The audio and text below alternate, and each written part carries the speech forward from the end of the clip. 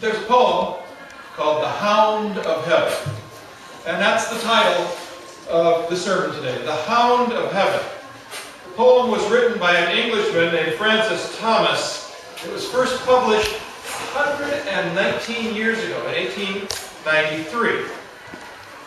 The Hound of Heaven, a strange name, a startling name. It's not an attractive name. In fact, it kind of pushes you away. But it becomes clear why the poem has this meaning when you read the poem. And it becomes less and less strange. The main image of this poem is of a hound, a hunting dog, chasing a rabbit. The hound doesn't hurry, but it never slows down. This unhurried, running hound is compared to God. God who follows us when we run away, when we try to hide.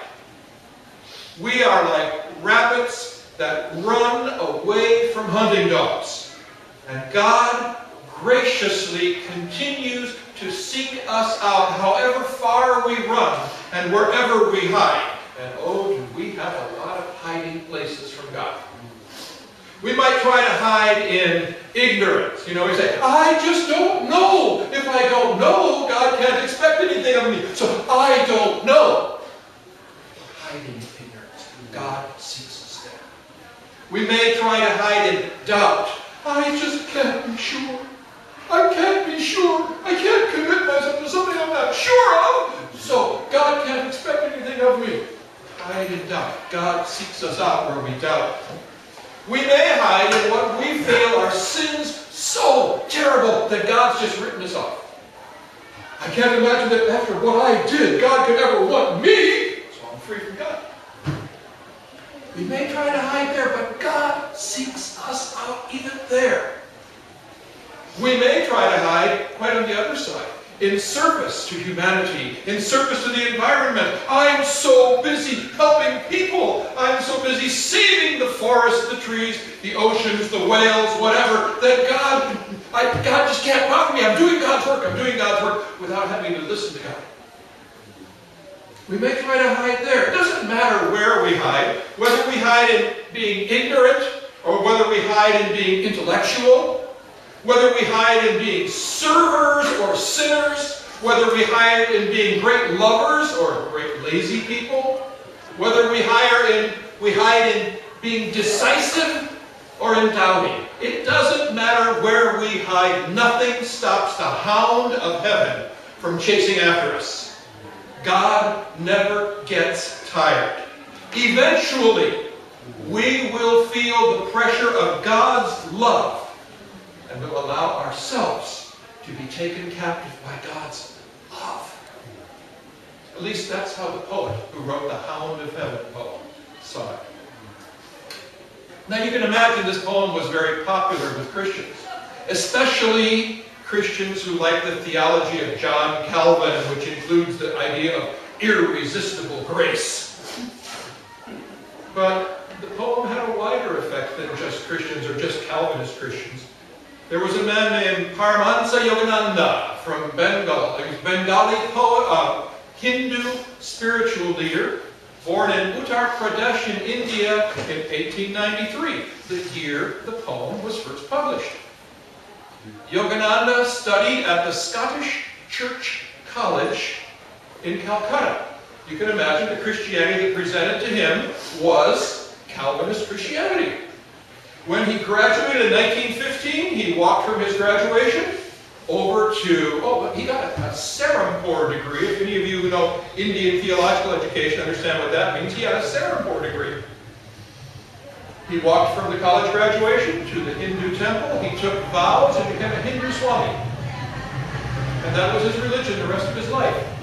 After 5 years, Yogananda emigrated and went to America. He went around preaching and settled in Los Angeles, California, and he started something called the Self-Realization Fellowship, a rather American culture-style Hindu group. And he continued as the leader of that group until in 1952, there in Los Angeles, a year after I was born, in 1951 in Los Angeles, After preaching a sermon in his church, he sat down and died right there on the platform. He's a Hindu.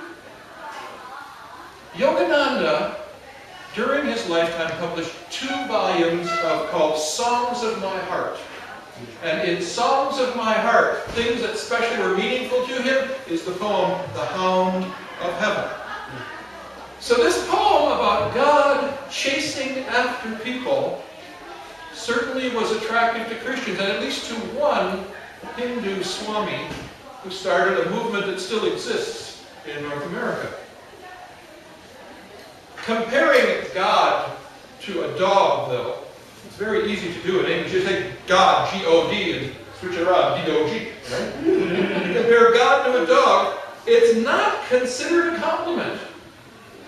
But in this poem, the image of the hound of heaven who chases after us, loving us until we let go, is a good image. It works. A few years ago in Taiwan, there was a television commercial for FedEx, the package company. Maybe you saw this commercial. It was a story in 30 seconds. A man was out hiking in the mountains with his dog, and he fell down and hurt his leg, and he couldn't walk. So he took a piece of paper and a pen, and he wrote a note, and he put it in his dog's collar, and he sent the dog home. Go get help, go get help. So the dog was running. The dog was running along, but he got distracted by the sight and the smell of a female dog. And he went a different way, probably with sex on his mind. The commercial message at the end of the story was this: if you have an important message, use FedEx. Don't trust a dog. Maybe we feel like the man in the commercial. We need help, but to rely upon God seems undependable. After all, maybe God, like the dog in the commercial, has been distracted. Maybe God has something more important to take care of than your needs or mine. Maybe God has forgotten us. Maybe God's ideas of what are important to do are different from our ideas of what's important. If we feel that way about depending on God, then we are in good company. Father Abraham from the Old Testament, who we read about today, and St. Peter from the New Testament are our ancestors in faith. Abram, wherever we meet him in the Bible, today we saw his name got changed from Abram to Abraham in what we read. He's usually seen as a giant of faith, and his life story is told to us from Genesis chapter 12 through Genesis chapter 25. We met him at about the middle of that today. In these chapters we see Abram's highs and his lows. So a quick review. Chapter 12, we meet him. And he's a wonderful man. He listens to God's call and he leaves home. Beginning of chapter 12. End of chapter 12. Well, he's a coward. He lies to the king of Egypt, says, oh, my wife, the beautiful wife I got, she's really my sister, you can have her. He's trying to save his own life. Not a real giant of faith there, is he? Chapter 13, we find him as the gracious man. He and his nephew are having an argument over the land. So Abraham says, you choose first. Whatever you like, you can have. What a generous, Christ-spirited man. Chapter 14, he's a military leader. His nephew on the good land is taken captive, so Abraham organizes a military exhibition, goes and fights with the enemies, rescues his nephew, and on the way back, he stops where God's priest is, and he gives the priest 10% of all of the stuff he's won in battle. Good man. Chapter 15, God makes a covenant, a promise with Abraham, a contract. And in that story are the words, and Abraham believed God. He believed the Lord, and the Lord reckoned it to him as righteousness. Those words, that verse, is the foundation of the Christian belief of salvation by grace through faith. It's very important stuff. But chapter 16 is a little bit less holy. In fact, considerably less holy. Abram has given up on waiting for God to give him what was promised. And so, the language here is quite graphic. It says that he went into a slave girl. You want to say, spent a nice night with somebody, romance and all of that. But no, the Bible line is he went into her. Result is she's pregnant. And in the same chapter, she's pregnant and he says, get out. That's Abram. So then we started today, chapter 17, right in the middle of the Abram stories. And we see Abram kind of right in the middle of this whole between high and low thing. And here, God renews or replaces this covenant from chapter 15. Why? Because Abram, like ourselves, was a forgetter. Politicians are easy targets. When they want our votes, they make promises to do many things. They promise us things like change we can believe in, or return to our nation's former glory. How's that? Most of them fail to deliver on what they promise to us. Many of them don't even try. Abram, though, he's not like a politician. He doesn't make like a politician who makes promises and forgets. No, Abram's like a voter. Abram's like a voter who listens to the politicians and votes for him and then forgets what the politician promised him to start with. And he forgot that the promises that came to him were not the promises of some politician. Abram forgot that the promises that came to him were the promises from God Almighty. He forgot what God had said in the past, so he couldn't imagine what God would do in the future, and the result was a pregnant slave girl thrown out of the house. In the New Testament, Peter is a giant of faith. In the story where we met Peter today in Mark chapter 8, he had an idea of a future that he wanted to see. And his future was tied up with Jesus Christ being the Messiah, King of Israel, who would return Israel to the former glory and throw out the enemies and be the great leader. He was so concentrated on what he had an idea for the future that he couldn't hear what Jesus was saying in the present. So as we read, Jesus began to teach them that the Son of Man must undergo great suffering and be rejected by the elders and the chief priests and the scribes and be killed, and after 3 days rise again. Peter took him aside and began to rebuke him. You see, Peter was unable to hear what Jesus was saying because of Peter's ideas of what Jesus would do for Peter and for Peter's nation. He forgot who Jesus was. He forgot who was in charge. And when Jesus' vision of the future was not the same as Peter's vision, Peter rebuked him. So here we have two biblical characters. They're not very heroic, are they? Thank God there's more than just these two men in the stories. The stories of Abram. In the stories of Abram, God is the hound of heaven who pursues people who hide in forgetting, who hide in clever plans, when he lied about his wife, who hide in religious acts like offerings. He gave 10% of everything he gained in battle to the Lord. In sacrifices, in pilgrimages, Abraham hid in a lot of things. He ran away and he hid from the God who promised him things, the God who gave him things, the God who rescued him from destruction. Abram ran from God in whom Abram believed, with whom he had entered into covenant, to whom he had given thanks and praise, yet Abram ran away. This two-faced man was called ancestry faith. That's our legacy.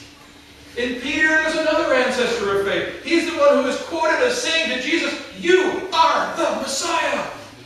But in today's reading, we saw Jesus calling Peter Satan.